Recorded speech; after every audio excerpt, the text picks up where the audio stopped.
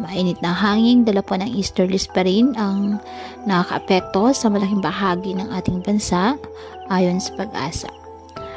Samantala, halos di pa rin po ramdam ang mahinang gihip ng hanging amihan.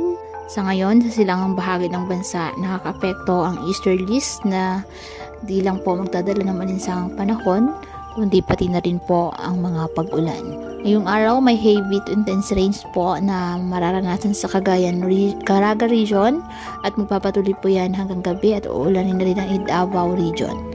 Sa Visayas, umaga pa lamang po may mga heavy rains na sa Leyte, Negros Province, Cebu at Bohol. Maliwalas na panahon, pero di pa rin inaalis ang tsansa ng ulan sa Luzon. Sa umaga may ulan po sa Aurora at Quezon at magpapatuloy po yan sa hapon at uulanin din ang Mindanao, ang Mindoro at Bicol region.